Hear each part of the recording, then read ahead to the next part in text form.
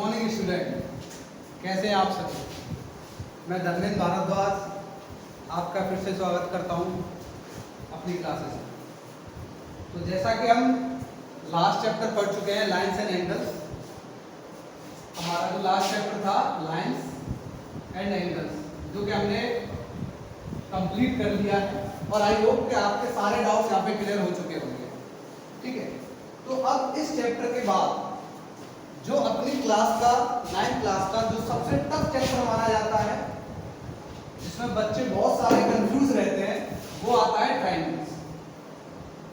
आप कहोगे सर कितना हेवी तो चैप्टर है, कितना हेवी तो नाम है इसका ट्रायंगल, लेकिन इस चैप्टर में सिर्फ ट्रायंगल ही नहीं है। इस चैप्टर को यहाँ से स्टार्ट करते हैं और आगे एक आता है अपना टॉपिक जिसका नाम है कॉन्ग्रुएंसी ऑफ ट्रायंगल्स। तो बेटा ये वो टॉपिक है जो कि 90% क्लास 9th के बच्चों को समझ में नहीं आता है। ठीक है, तो आज हम इस चैप्टर को एक इजी वे में पढ़ेंगे और एक अच्छे से पढ़ेंगे, जिससे कि आपके सारे डाउट्स जो आपको लगता है कि हमारे मैथ का सबसे टफ चैप्टर है, तो मैं आज आपके सामने इस चैप्टर को इतना इजी बना दूंगा कि आप कहेंगे कि सर आपने क्या करा दिया। ठीक है, तो ट्रायंगल्स पढ़ने से पहले हम थोड़ा सा एक क्विक रिवीजन करेंगे लाइंस एंड एंगल्स का, क्योंकि उसमें क्या है कि इसको थोड़ा सा क्विक रिवाइज करने से हमें आगे वाले चैप्टर में काफी ज्यादा हेल्प मिलेगी। ठीक है, तो जैसा कि आप जानते हैं दो पैरेलल लाइंस हैं, ये L मान लेता हूँ, ये M मान लेता हूँ। जब इन दो पैरेलल लाइंस को एक ट्रांसवर्सल लाइन हमारी कट करती है तो इसमें बहुत सारे एंगल्स बनते हैं। ये मैं ऑलरेडी पढ़ा चुका हूं, मैं बस थोड़ा सा क्विक रिवीजन करा रहा हूं जिससे कि आपको थोड़ा सा रिकॉल आ जाए चीजें। ठीक है, तो जब दो पैरेलल लाइंस को आपस में एक ट्रांसवर्सल लाइन एक कट करती है तो यहाँ पर बहुत सारे एंगल्स बनते हैं। जैसे कि हमने देखा था पहले कि ये एंगल में मान लेता हूँ एंगल 1 है, ये एंगल 2 है, ये एंगल 3 है, ये एंगल 4 है, ये एंगल 5 है, ये एंगल 6 है, ये एंगल 7 है और ये एंगल 8 है। तो इस पे बनने वाले कितने सारे एंगल्स होंगे, तो जैसे कि मैं आपको बता रहा हूं, एक एंगल होता है हमारा लीनियर पेयर।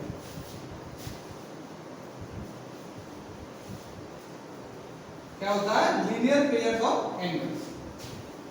ठीक है, दूसरे एंगल्स हमारे पास आते हैं यहाँ पे एक्सटीरियर एंगल्स। जैसा कि आप जानते हैं क्या होते हैं, मैं अभी बता दूंगा आपको फिर से एक बार। Exterior angles. तीसरे होते हैं हमारे इंटीरियर एंगल्स।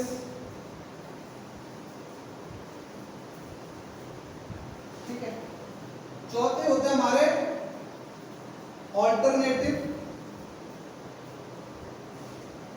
Interior angles.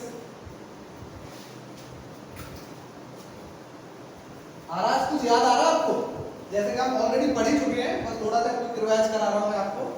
ठीक है, फिफ्थ होता है अपने पास करस्पॉन्डिंग एंगल्स।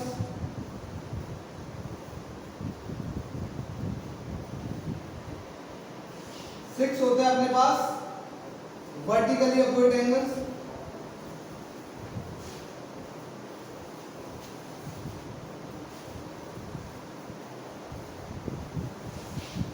एंड लास्ट होते हैं अपने को इंटीरियर एंगल्स।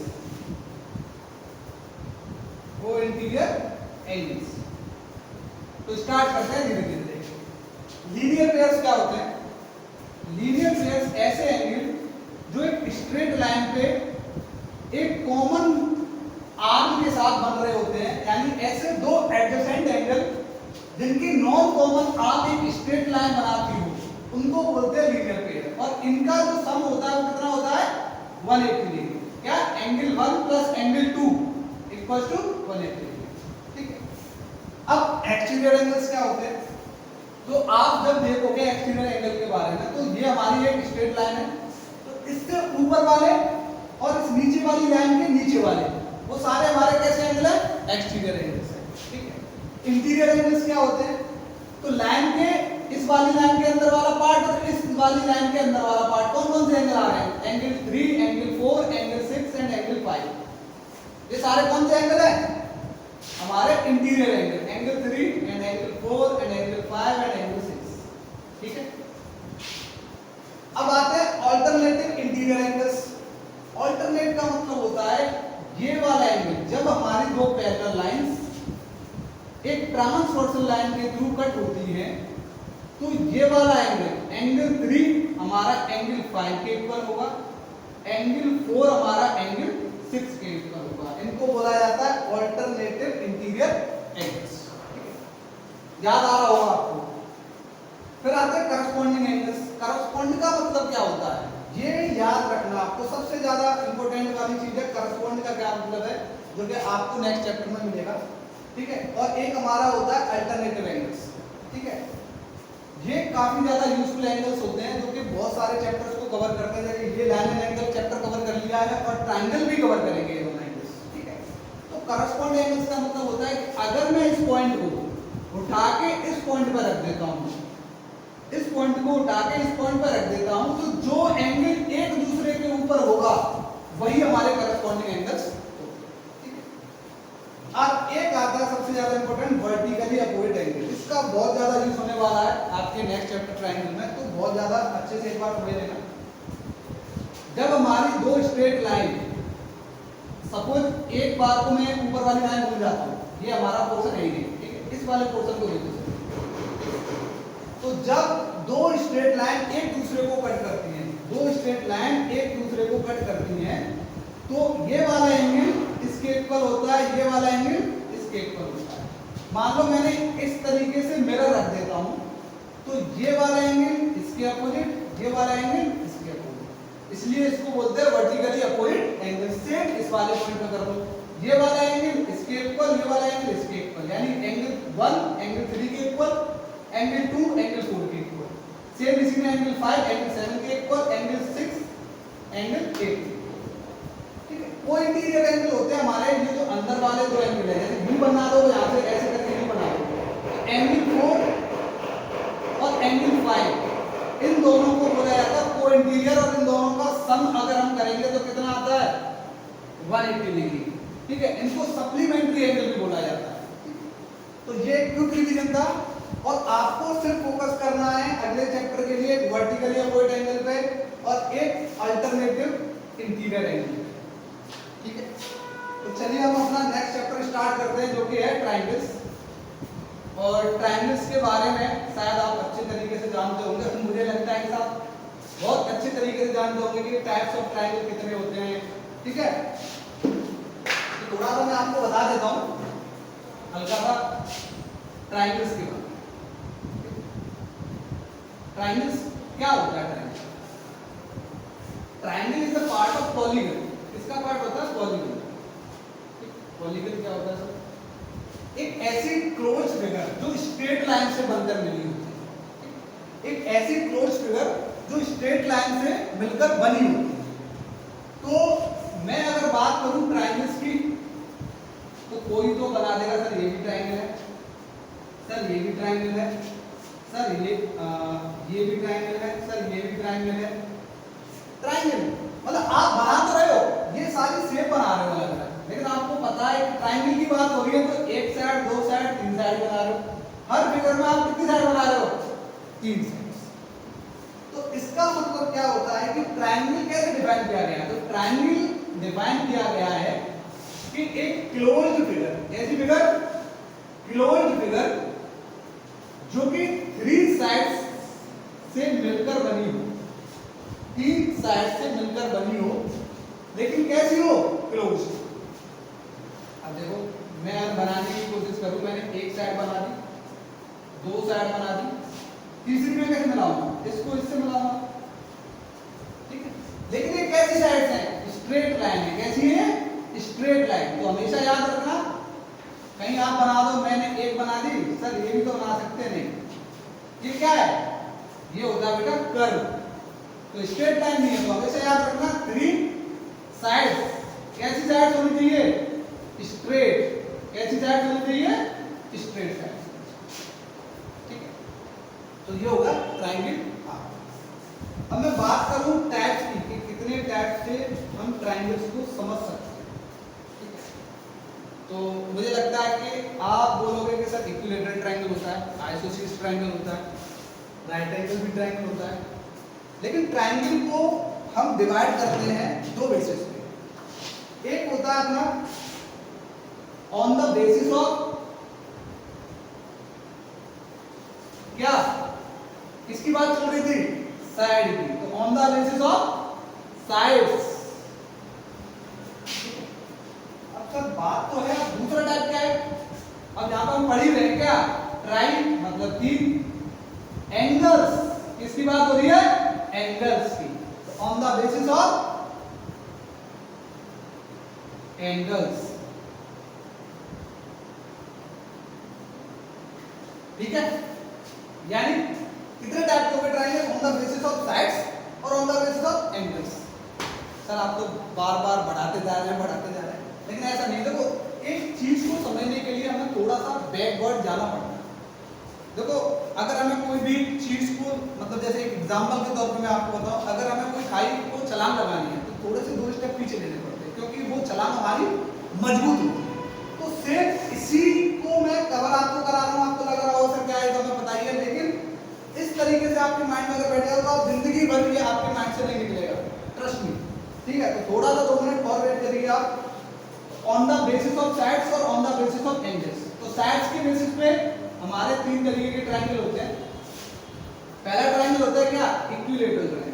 कौन सा, इक्विलैटरल ट्रायंगल्स। इक्विलैटरल ट्रायंगल्स जिसकी ऑल साइड्स आर इक्वल, जो तीनों साइड्स होती हैं वो एक दूसरे के इक्वल होती है, इसको बोलते हैं इक्विलैटरल ट्रायंगल का ये साइड। दूसरा अपना होता है आइसोसेलेस ट्रायंगल।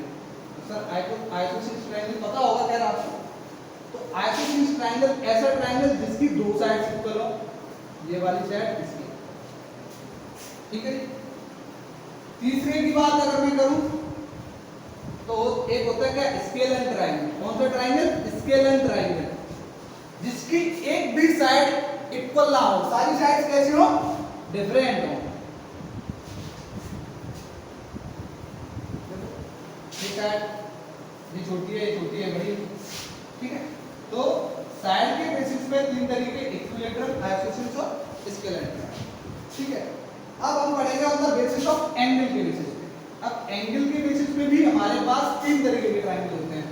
कौन कौन से, पहला होता है बेटा एक्यूट एंगल। कौन सा, acute angle triangle. Acute angle, acute के नाम से जानते हो, यानी ऐसा ट्रायंगल जिसके सारे एंगल्स, जिसके सारे एंगल्स कैसे हो, 90 डिग्री से छोटे हो। मैं मान लेता हूं ये थीटा है, सारे थीटा मान लेता हूं। जो हमारा थीटा है वो ग्रेटर देन तो 0 हो, लेकिन 90 से छोटा, इसको बोलते हैं क्या, एक्यूट। दूसरा ऑब्ट्यूज। कौन सा ट्रायंगल, ऑब्ट्यूज ट्रायंगल। बस ऐसा ट्रायंगल जिसका एक एंगल, कितने एंगल, एक एंगल की बात होगी, ज्यादा नहीं, एक एंगल की बात होगी। एक एंगल जो थीटा है हमारा मोर देन 90 डिग्री, 90 डिग्री से बड़ा हो, ठीक है, लेकिन 180 से छोटा, ठीक है। तीसरा ट्रायंगल आता है अपने पास राइट एंगल, जो कि सबको पता रहता है। सर ऐसा ट्रायंगल जो 90 डिग्री का एंगल बनाता हो, तो सिर्फ 90 डिग्री का एक ही एंगल बनाए, एक से ज्यादा मत बना देना। ऐसा सिर्फ एक ही एंगल 90 का होगा, और ट्यूब में एक ही एंगल 90 से बड़ा होगा। यहाँ पे तीनों एंगल 90 से छोटे होंगे, इस बेसिस पे डिपेंड किया है। तो कुछ यूनिट मिला होगा आपको पता होगा इक्विलैटरल ट्रायंगल, इसके बाद आपको कुछ नहीं पता होगा एक्यूट के बारे में, ऑब्ट्यूज के बारे में। आई नो कि राइट एंगल के बारे में आप जानते हो, लेकिन दोनों के बारे में नहीं पता होगा, तो आपको ये मिला, ठीक है। तो अब बात आती है कि सर ट्रायंगल्स हमने जान लिए हैं। अब जो हमारा मेन टॉपिक है इस चैप्टर का, इसके लिए हम आगे बढ़ते हैं। तो देखिए थोड़ा सा फोकस रहिएगा इस वाले टॉपिक के लिए, क्योंकि मोस्ट ऑफ द स्टूडेंट इस टॉपिक में बहुत ज़्यादा कंफ्यूज है। तो मैं आज आपके सामने इस टॉपिक को इतने इजी वे में बताने वाला हूँ। तो क्या है टॉपिक का नाम है, क्या, कॉन्ग्रुएंसी ऑफ ट्रायंगल्स। तो कॉन्ग्रुएंसी पढ़ने से पहले हम थोड़ा सा कॉन्ग्रुएंट फिगर्स के बारे में जान लेते हैं कि कॉन्ग्रुएंट का मतलब क्या है।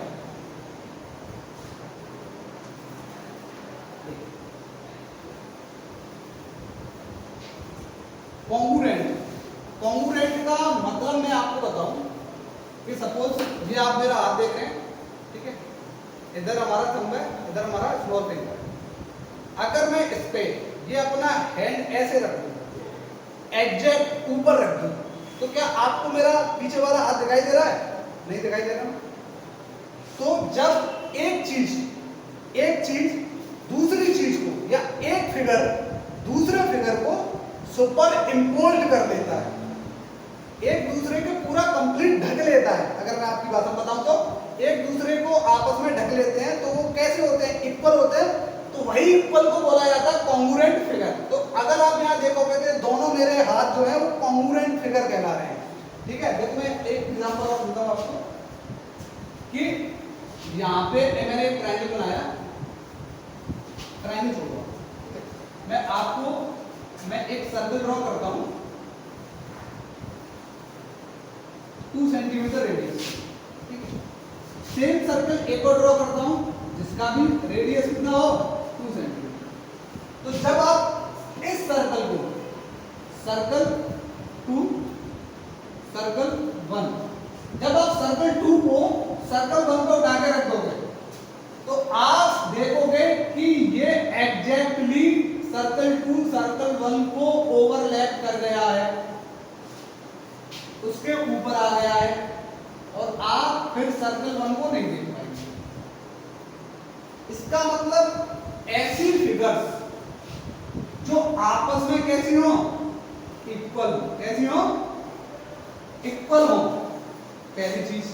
दूसरी चीज, वो एक दूसरे को सुपर इम्पोज करें। क्या करें? Super impose. सुपर इम्पोज का मतलब होता है एक दूसरे को ढकना। ऐसी फिगर को हम बोलते हैं कौन सी फिगर? कॉन्ग्रुएंट फिगर, ठीक है। समझ में आ रहा है ना। और मान लेते हैं जैसे मान लो एक हमारा ये अपना एक ट्रायंगल है, सपोज मैंने एक ट्रायंगल ये बनाया, क्या फर्क दिखाई दे रहा है? आप देख रहे हो कि ये ट्रायंगल है और ये भी ट्रायंगल है, लेकिन ये छोटा ट्रायंगल है, ये स्मॉल इन साइज है, ये लार्जर इन साइज है। ये ट्रायंगल इससे बड़ा है, तो क्या आप बता सकते हैं ये दोनों इक्वल होंगे? सर कैसी बातें कर रहे हैं आप? छोटा बना के आप इक्वल पूछ रहे हैं? तो आप देख रहे हो, लेकिन आप कहीं ना कहीं ये देख रहे हो कि जो इसकी शेप है इस ट्रायंगल की और इस ट्रायंगल की जो शेप है आपस में सेम है, लेकिन साइज कैसा है? Size is different. कैसा साइज है? डिफरेंट साइज, ठीक है। तो जब साइज डिफरेंट है तो क्या ये आपस में कॉन्ग्रुएंट होंगे? कॉन्ग्रुएंट का मतलब क्या होता है? मैंने इक्वल। सर कैसे इक्वल होंगे? ये बड़ा है छोटा, तो इक्वल होंगे नहीं। जब इक्वल ही नहीं होंगे तो कॉन्ग्रुएंट नहीं होंगे। समझ में आएगा? जब इक्वल ही नहीं होंगे तो कॉन्ग्रुएंट नहीं होंगे। तो फिर यहां से क्या हम कंक्लूजन निकालते हैं? सर कॉन्ग्रुएंट के लिए हमें साइज भी सेम चाहिए। तो तीसरी चीज क्या निकल के आती है कि फिगर्स हमारी कैसी होनी चाहिए? Identical. Identical in shape and size. तो तीन चीजें हमने यहां से निकाली कॉन्ग्रुएंट फिगर से, कि जब फिगर कॉन्ग्रुएंट अगर हमें करनी है या हमें चेक करना है कि फिगर कॉन्ग्रुएंट है, तो उसके लिए सबसे पहले बात कि इक्वल होने चाहिए। इक्वल क्या क्या होना चाहिए? अगर मैं यहाँ पे बात करूं रेडियस, तो रेडियस इक्वल होनी चाहिए। अगर मैं सपोज में मान लेता हूं, देखिए ये हमारा स्क्वायर है जिसकी साइड है 2 सेंटीमीटर, एक और स्क्वायर ले लेता हूं मैं जिसकी साइड है 4 सेंटीमीटर, दोनों स्क्वायर ही। तो इक्वल से मतलब क्या है कि साइड जो यहाँ पे मेंशन है वो इक्वल होनी चाहिए, उसके मेजरमेंट्स इक्वल होने चाहिए, तो मेजरमेंट्स इक्वल होने चाहिए।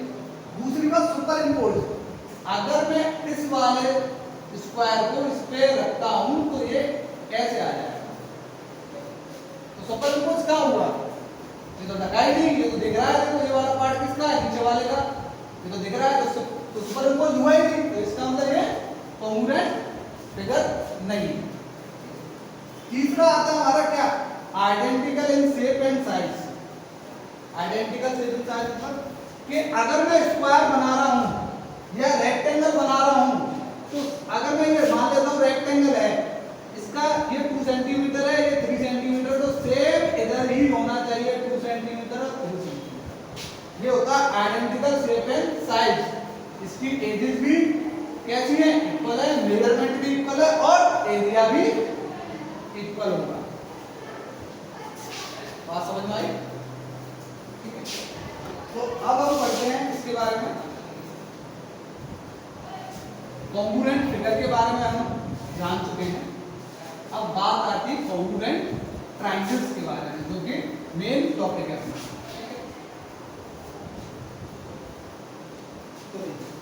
हमने लास्ट पढ़ा था कि कॉन्ग्रुएंस के लिए हमारे पास क्या होना चाहिए, 3 चीजें थी, एक आइडेंटिकल शेप एंड साइज, दूसरा सुपर इम्पोज होने चाहिए, और सेम मेजरमेंट होना चाहिए। हालांकि ये दोनों चीजें एक ही हैं,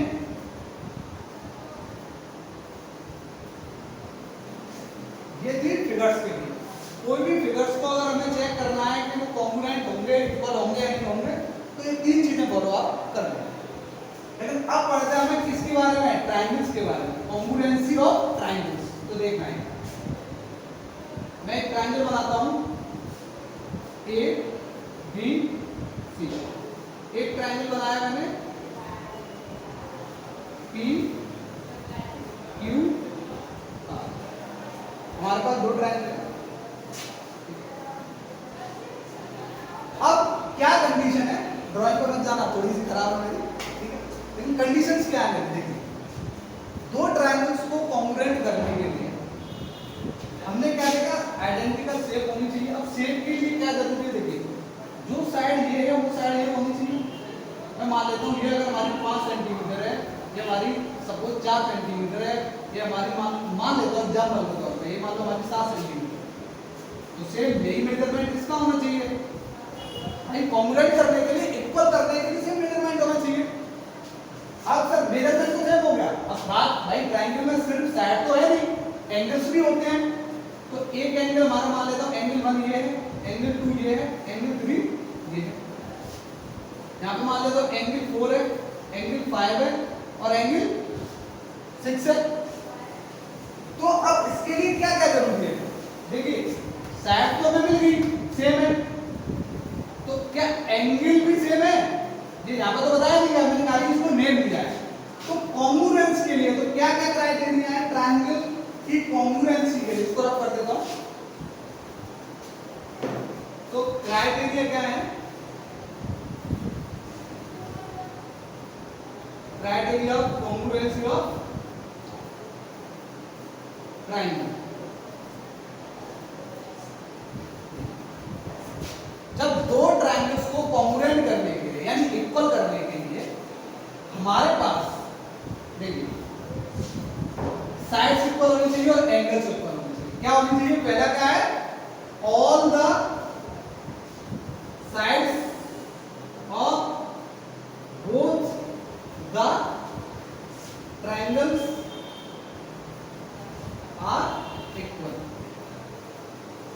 ठीक है, लेकिन यहाँ पे एक चीज निकल के आती है कि सर आप साइड की बातें कर रहे हैं, ठीक है, मैं मान लेता हूँ ए बी हमारी, यहाँ पे तो मैंने मेंशन कर रखी है कि भाई ये ए बी हमारी 5 है और पी क्यू हमारी 5 है, आपस में इक्वल है। सपोज 1 मिनट के लिए मैं यहाँ पे मेंशन ना करूँ, ठीक है, यहाँ पे मैं मेंशन नहीं करता। तो आप मुझे बता सकते हैं कि कैसे आइडिया लगाएंगे कि सर इसकी कौन सी साइड उस साइड के इक्वल होगी, बताइए भाई। ये वाली साइड इस साइड की भी इक्वल हो सकती है, ये वाली साइड इस साइड की भी इक्वल हो सकती है। तो हम कैसे डिफाइन करेंगे? तो उसके लिए एक वर्ड निकल कर आता है क्या, करस्पॉन्ड। कैसे होने चाहिए? करस्पॉन्ड्स होने चाहिए, यानी करस्पॉन्डिंग साइड्स होनी चाहिए।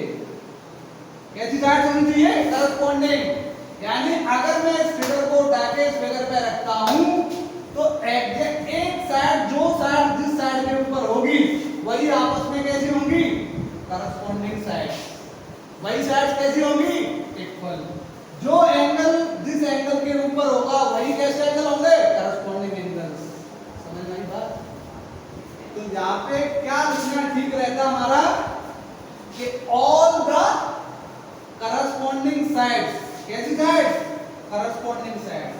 ऑल द करस्पॉन्डिंग साइड्स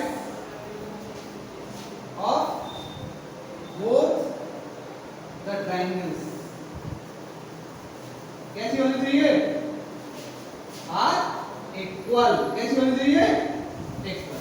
ठीक है, साइड की बात होगी। तो जब साइड्स करस्पॉन्ड हो तो एंगल भी करस्पॉन्ड हो। उसके लिए कॉन्ग्रुएंसी के लिए क्या जरूरी है? जब ये दोनों फिगर आपस में कॉन्ग्रुएंट होने हैं, हमें कॉन्ग्रुएंट करने हैं, तो साइड भी इक्वल होनी चाहिए और एंगल भी इक्वल होना चाहिए। तो ठीक है, सारे एंगल कौन से एंगल्स? Correspond angles. तो ऑल दी करस्पॉन्डिंग एंगल्स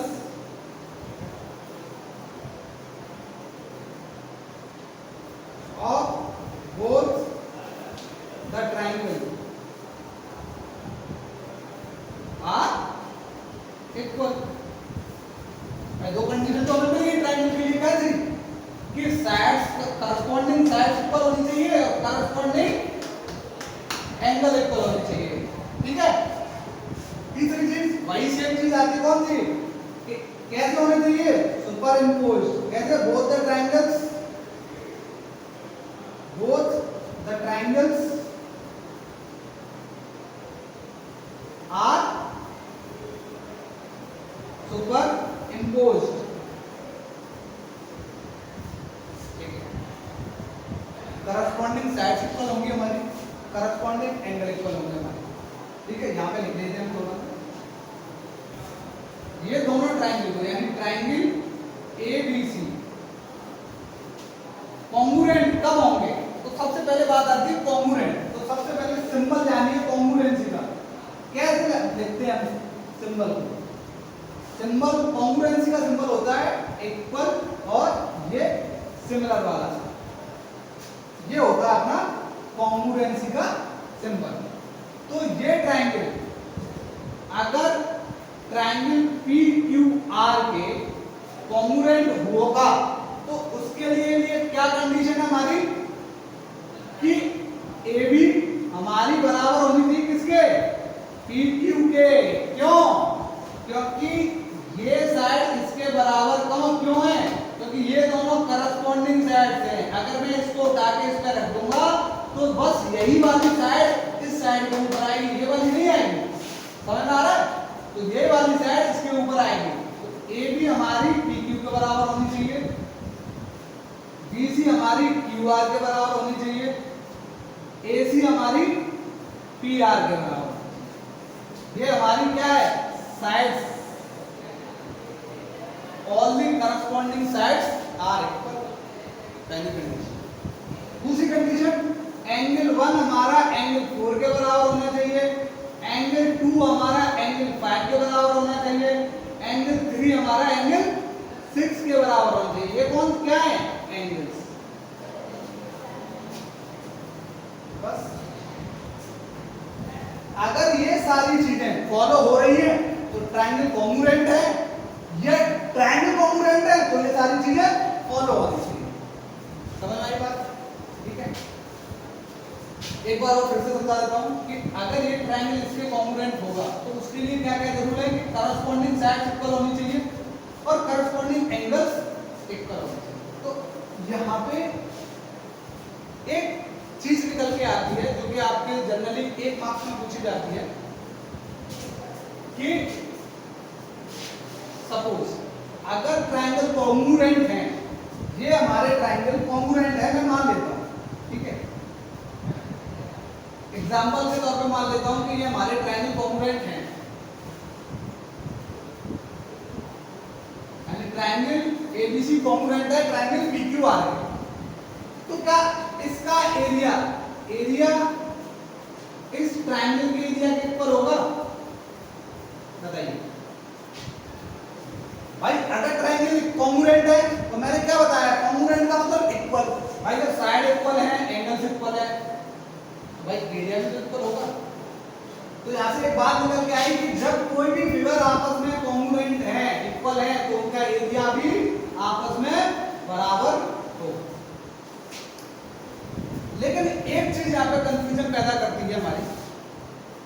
कौन सी बात? मैंने बोला है कि अगर हमारी कोई फिगर कॉन्ग्रुएंट है तो एरिया इक्वल होगा। तो अगर इसका उल्टा बोल के देखो, अगर किसी फिगर्स का एरिया इक्वल हुआ तो क्या फिगर कॉन्ग्रुएंट होगी?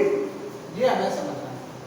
देखिए मैं मान लेता हूं कि हमारे पास एक है स्क्वायर जिसकी साइड है 4 सेंटीमीटर, एक है हमारे पास रेक्टेंगल जिसकी साइड 2 सेंटीमीटर है और ठीक है 8 सेंटीमीटर है, यानी इसकी लेंथ 8 सेंटीमीटर है और ब्रेथ इसकी 2 सेंटीमीटर है, ठीक है।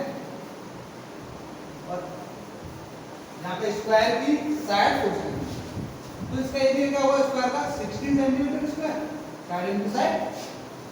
इसका एरिया क्या होगा? लेंथ इनटू ब्रेथ, यानी 16 सेंटीमीटर स्क्वायर। एरिया बराबर आया। तो सोचो यहाँ पे एरिया बराबर आया, तो सोचो उल्टा पढ़ के देखो, अगर एरिया इक्वल हुआ तो फिगर कॉन्ग्रुएंट है? नहीं है। क्यों नहीं है? क्योंकि इसकी शेप और साइज आइडेंटिकल नहीं है। तो हमें यहाँ से 1 मार्क्स की बात हमें पता लगी कि अगर फिगर कॉन्ग्रुएंट हुई तो एरिया इक्वल हो सकता है, बोल सकते हैं इस चीज को, होगा ही होगा, ये कंफर्म है। लेकिन इस चीज को नहीं बोल सकते अगर एरिया इक्वल हुआ तो फिगर कॉन्ग्रुएंट होंगी, इस चीज को आप नहीं बोल सकते, ठीक है। यहाँ पे हमें ये पता नहीं। और इसी को थोड़ा सा मैं बताता हूं कि देखो हमने ट्रायंगल को कॉन्ग्रुएंट बना दिया, ठीक है, लेकिन हम बात करते हैं इसकी ऑर्डर क्या होता है सर? ऑर्डर होता है लिखने का तरीका। कि मान लो मैंने ये लिखा है, मैं ये लिख सकता हूं, बताना आप मुझे।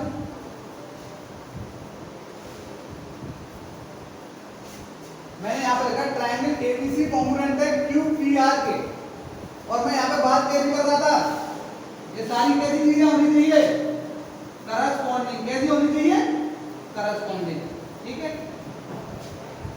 तो अब सोचो, मैं अगर यहाँ पे एबी साइड की बात कर रहा हूँ, एबी साइड कौन सी वाली? ये वाली।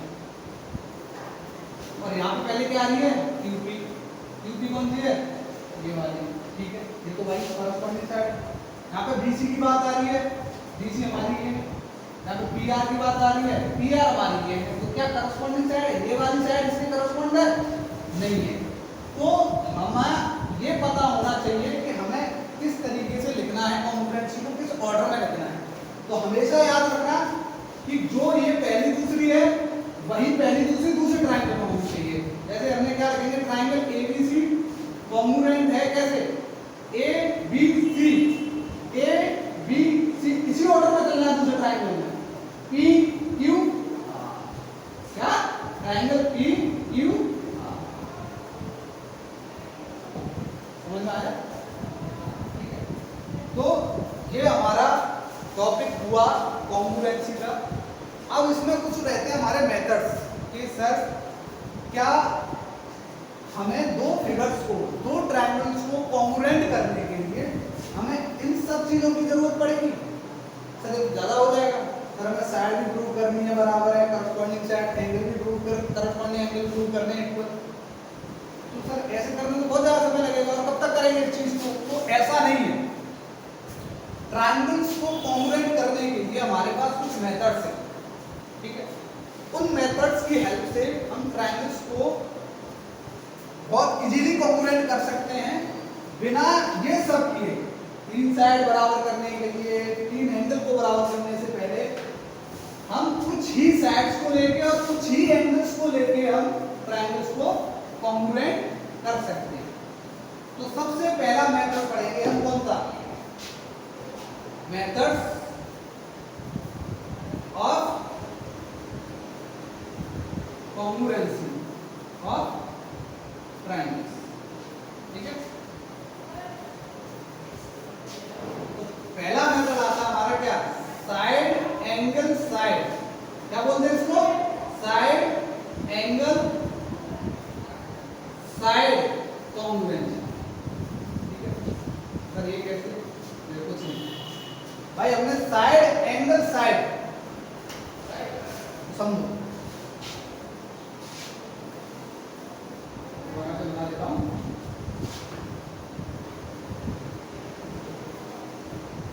ए बी सी, ठीक है, इसको लेना।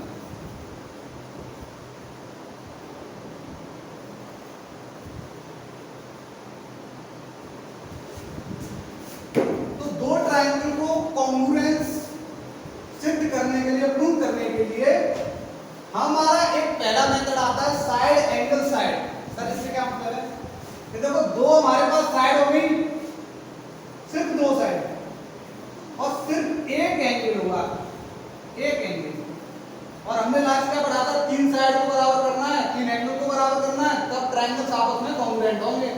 लेकिन हमारा एक मेथड ये क्या कह रहा है कि सिर्फ दो साइड और एक एंगल को बराबर कर दीजिए आपस में, ट्रायंगल कॉन्ग्रुएंट।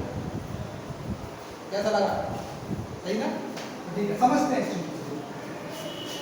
सर एक चीज समझ और समझाइए हमें कि सर साइड एंगल साइड ही क्यों लिखा है, साइड साइड एंगल क्यों नहीं लिखा, या एंगल साइड साइड क्यों नहीं लिखा भाई, इसको मैं यहाँ लिखूं या यहाँ लिखूं, क्यों नहीं लिखा। तो देखिए इसमें फर्क है, इसका लिखने का तरीका क्या है कि साइड, दो साइड के बीच में एक एंगल, इसी से पता लगा लो क्या, दो साइड के बीच में एक एंगल, कोई सी भी दो साइड चुन लो आप। मैं इस ट्रायंगल में देख रहा हूं कि ए बी साइड और बी सी साइड दो है, दोनों के बीच का एंगल यानी इंक्लूडेड एंगल, कौन सा एंगल, इंक्लूडेड एंगल। तो ए बी और बी सी के बीच का इंक्लूडेड एंगल कौन सा होगा, एंगल बी। या फिर एंगल ए बी और एंगल ए सी का इंक्लूडेड एंगल कौन सा होगा, एंगल ए। एंगल ए सी और सॉरी साइड ए सी और साइड बी सी के इंक्लूडेड एंगल कौन सा होगा, एंगल सी। सेम अगर मैं इन दोनों साइड को लूं तो यहाँ पे इंक्लूडेड एंगल P, यहाँ पे इंक्लूडेड एंगल Q और यहाँ पे R। ठीक है, यानी हम अगर एक साइड AB को PQ के बराबर कर दें, एंगल A को एंगल P के बराबर कर दें, और एक साइड हमारी कौन सी BC को QR के बराबर कर दें, ये तीन चीजों से हमारा ट्रायंगल ABC कॉन्ग्रुएंट हो जाएगा किसके, ट्रायंगल PQ। कहानी खत्म।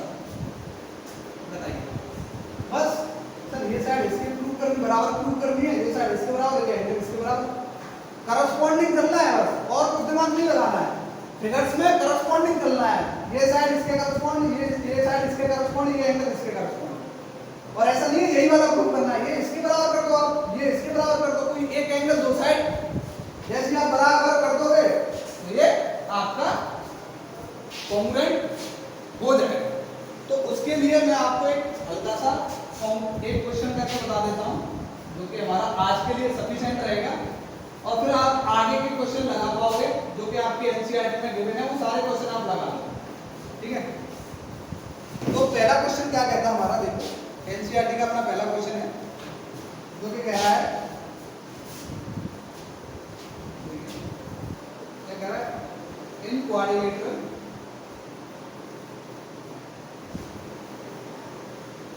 ABCD दे रखा है हमारा एक क्वाड्रिलेटरल, जिसमें AC दे रखी है AD के बराबर, और AB हमारा बाइसेक्ट कर रहा है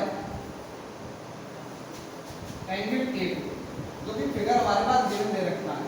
ये आपकी एक्सरसाइज का चैप्टर का 7.1 एक्सरसाइज का क्वेश्चन नंबर पहला है, लिख देता हूं यहाँ पे। ठीक है, आपकी एनसीईआरटी की 7.17 चैप्टर है, क्लास 9 का 7 चैप्टर चल रहा है, ठीक है। 7.1 एक्सरसाइज का फर्स्ट क्वेश्चन करा रहा हूं, जो कि हमने उस मेथड पे पढ़ा था। कौन सा मेथड पढ़ा था लास्ट हमने?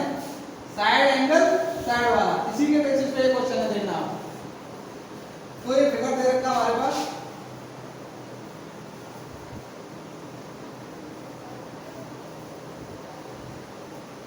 ए बी सी डी। इसमें फिगर में भी मेंशन है, ये वाली साइड इसके इक्वल, ये वाला एंगल इसके इक्वल। और ये क्वेश्चन में भी कह रहा है कि A B bisect angle A. तो शो करना है क्या हमारे, so that triangle A B C congruent होगा ट्रायंगल ए बी डी के, ठीक है। और एक नेक्स्ट नाम है, what can you say about BC and BD, ठीक है।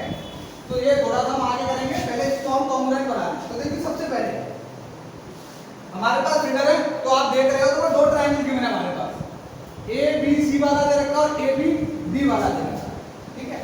तो जिसको हमें शो करना हो या प्रूव करना हो क्वेश्चन को, तो सबसे पहले लिखने का तरीका, देखिए आप पढ़ते होंगे बहुत सारे टीचर से, उनका कराने का तरीका क्या होता है, डायरेक्ट बता दीजिए कि ये साइड इसके इक्वल है या इसके इक्वल है, ये हो गया और क्वेश्चन खत्म। लेकिन नहीं, देखो मेरा कराने का तरीका है कि सबसे पहले लिखते हैं गिवन।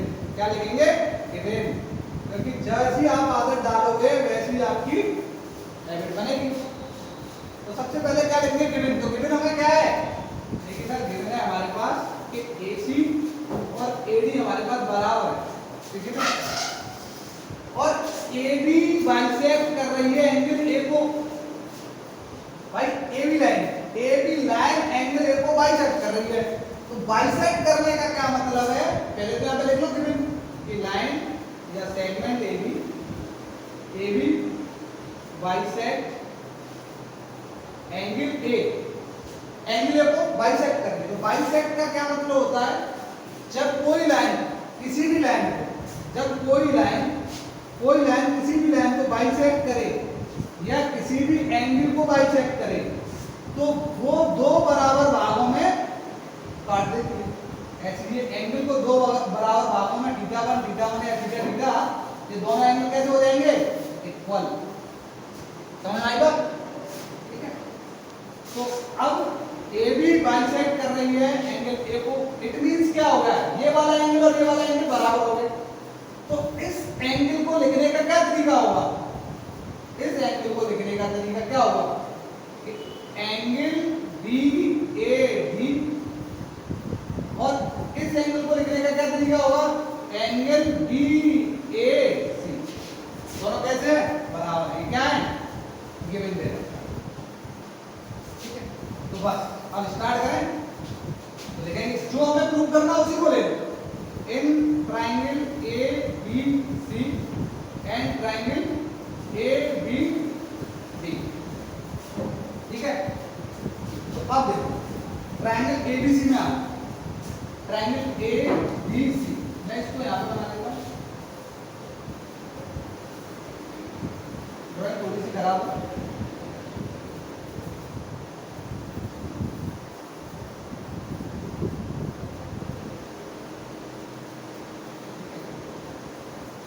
और ये वाला ट्रायंगल मैं इसको उल्टा बना, D ऊपर आ गया, AB हमारा सेम है और हमारी AD और ये अपना एंगल। तो इस वाले पूरे फिगर को मैंने ABC ट्रायंगल को ये बना लिया और ABD ट्रायंगल को ये बना लिया। तो देखो जब ट्रायंगल ABC की बात करूं, यानी इस वाले ट्रायंगल की बात करूं, तो इस वाले ट्रायंगल में कौन सी लाइन आ रही है? कौन सी साइड आ रही है? AC। तो AC किसके बराबर दी गई हुई है? AD के। किसके बराबर दी गई है? AD के। तो देखो यहां से भी देखो, समझो AC किसके बराबर दी गई है? AD के। तो सीक्वेंस सेम आ रहा है हमारा, ठीक है। तो अब ये हमारा, तो ये गिवन दे रखा है, ठीक है, यानी AC और AD के बराबर हमें गिवन दे रखा है, ठीक है। तो नेक्स्ट चीज क्या है? देखिए ये एंगल बराबर दे रखा है, कैसे? देखिए AB बाइसेक्ट कर रहा है एंगल A को, यानी हमारा BAD BAC के बराबर है। तो BAD इस वाले ट्रायंगल में ये वाला एंगल कैसे लिखेंगे हम? कैसे लिखेंगे? ये वाला पोर्शन एंगल बी ए सी किसके बराबर हो रहा है, एंगल बी ए डी के। ये भी क्या है, गिवन है, बराबर। कैसे, बाइसेक्ट कर रहा है। सर दो चीज तो हमारे पास आ गई, जो हमारे पास गिवन था AC AD के बराबर, ये बाइसेक्ट कर रहा है, तो ये दोनों हमने यहाँ पे लिख ली। कुछ करना पड़ा इसके लिए, नहीं करना। अब जो मेन काम हमें करना पड़ेगा वो हमें सोचना है।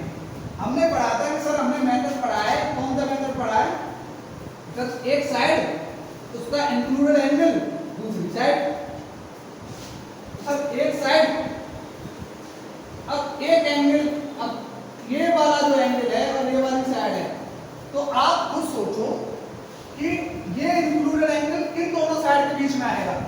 भाई AC और AB के बीच में तो आएगा, तो AC और AD तो बराबर दे रखी है, ये एंगल बराबर दे रखा है, क्या ये हमें बराबर मिल सकती है?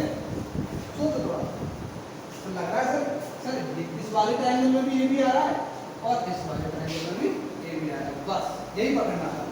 तो इस ट्रायंगल में देखिए AB में क्या आ रहा है, AB इसमें भी आ रहा है और इसमें भी देखो AB आ रहा है कि नहीं आ रहा है?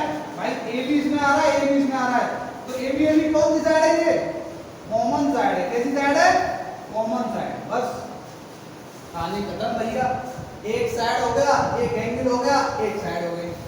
अब हमें तीन साइड और तीन एंगल तो इक्वल नहीं करने पड़े, एक एंगल एक साइड दो साइड, सॉरी एक एंगल दो साइड बराबर करी, तो क्या ट्रायंगल कैसे हो गए, triangle A B C congruent triangle A B D के। कैसे हो गया, by S A S congruency.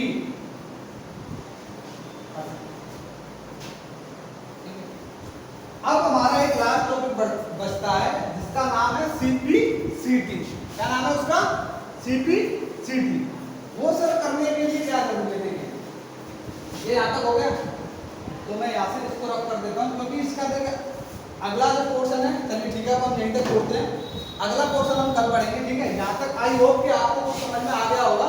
ठीक है, एक थोड़ा सा क्विक रीजन और बता देता हूँ। देखिए जब दो ट्रायंगल यहाँ पे हमें दिया गया है क्वेश्चन, एक क्वाड्रिलेटरल दिया गया है जिसमें AC AD के बराबर है और AB बाइसेक्ट कर लिया एंगल A को, तो शो कराना चाह रहा है कि ट्रायंगल ABC कॉन्ग्रुएंट होगा ABD के, यानी ट्रायंगल ABC कॉन्ग्रुएंट होगा इसके, यानी ABC ABD के इक्वल होगा। तो हमने कुछ नहीं किया, अलग अलग पार्ट में लिख लिया आपको समझाने के लिए। तो जो गिवन है, सबसे पहले गिवन लिखते हैं। गिवन हमें जो दे रखा था उससे हमने ये यहाँ पे ये लिख लिया है गिवन से। अब जिसको प्रूव करना है उसी को हम पहले यहाँ लिखते हैं कि जो हमें ट्रायंगल हमें कॉन्ग्रुएंट बनाने हैं उन्हीं ट्रायंगल को हम देखते हैं। तो ट्रायंगल ABC और ABD को ले लिया हमने। तो ट्रायंगल ABC में हमने देखा कि AC AD के इक्वल है, जो कि क्या है क्वेश्चन में गिवन। एंगल A भाई इक्वल है, देखो ये वाला एंगल ये इसके इक्वल है, दोनों ट्रायंगल में एंगल आ रहा है, A आ रहा है, तो देखो एंगल BAC एंगल BAD के इक्वल है, ये भी गिवन है। ठीक है, बची हुई हमारी पास कौन सी साइड, एक कॉमन साइड AB जो कि दोनों ट्रायंगल में आ रही है। तो AB साइड कैसी होगी, कॉमन साइड, तो बाई SAS कॉन्ग्रुएंसी से ट्रायंगल हमारे कॉन्ग्रुएंट हो गए। यही हमें थोड़ा सा पढ़ना था। तो बताओ क्या ये टॉपिक आपको जो लगता था कि सर हम नहीं कर पाएंगे, सर कॉन्ग्रुएंट बनाना नहीं आता है, तो आप बताओ कि यहाँ तक आपको कोई दिक्कत हुई? और ऐसे ही इस चैप्टर में आगे आपको मैं कोई दिक्कत नहीं होने दूंगा। ठीक है, मेरे पे भरोसा रखिए आप। ठीक है, ऐसे ही हम इसी तरीके से सारे क्वेश्चन को ऐसे ही फेंकते रहेंगे। ठीक है, तो इस टॉपिक को थोड़ा सा आप रिकॉल करके आइएगा। कल से फिर स्टार्ट करते हैं जो हमारा मेन टॉपिक रहेगा CPCT। आपने शायद सुना भी होगा। ठीक है, वो हम कल से स्टार्ट करेंगे। तो आज के लिए थैंक यू।